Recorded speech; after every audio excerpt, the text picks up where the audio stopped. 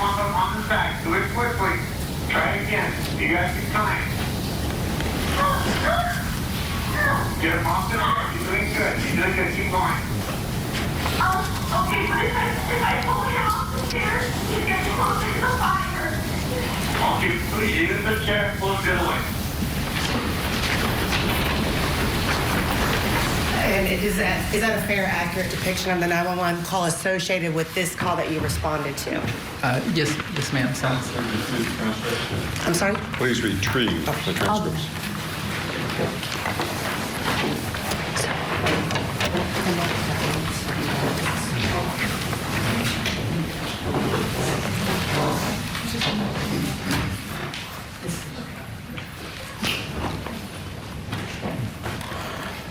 Now, during the pendency of the call we just listened to, then, were you en route to the location? Yes, ma'am. That day, were you working with a partner or another team member?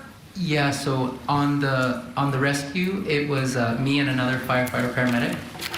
And who was that? Brendan Liu. Did you go straight to the location as soon as you got the call?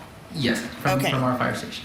When you arrived there, was there anybody else as far as medical support or police officers that arrived prior to you? Call LAPD, and then there was another engine company so we responded as a rescue from our district, but the rescue in the district where it was happening, they happened to be out maybe on another medical call, so there was their engine there who was staffed with a captain, an engineer, and two firefighters and their EMTs, and at that time they kind of gave us an idea of what was going on, and they needed us to, basically assess and kind of for us pronounce or determine death, because they just needed us there for the assessment portion of it. Okay. Yep. So when you arrived there was fire department paramedic personnel there? Yes. Now, you mentioned LAPD. Was there any LAPD that you recall there?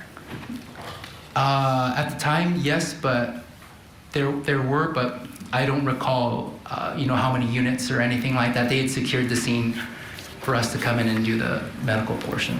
Okay. Now, can you just walk us through when you got there, what happened? So when we got there, we got our medical equipment out, and then we met with the captain who kind of, there was another paramedic engine there, I should say, and that medic wanted us, said basically, that the victim had penetrating trauma, and then so he needed us to hook our life pack up to run through a couple tests to basically determine that the victim wasn't going to be resuscitated on the field, which we proceeded to do. So we used our medical equipment. We checked for what we do in LA County, it's reference 814. So there are certain times when we will not work up victims, like if there are obvious signs of death, like crush, or if they're decapitated, things along that line. But for the victim, it was that he had a massive laceration and penetrating trauma to him, and then he was basically asystolic on the monitor, so he was flatlined. We listened to his lung sounds, we listened to his heart, everything was coming back negative, so we were able to basically pronounce him, dead at that time. At that time? Yes. Can you describe, in a moment I'll get to a couple photos, can you describe then, did you enter the house through the front door, side door? How did you enter the house? We went through the garage, I believe through the kitchen, and out to the back patio area. Was there anything in particular you noticed on your route from the garage through the kitchen to the back patio? Dark. It was dark at the time.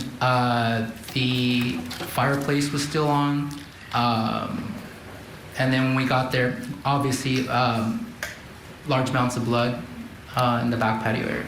When you say the fireplace was on, was that inside the house? Outside in I think it was a pool area, back patio pool area. Okay, was it like a fire pit? Fire pit, excuse me. Okay.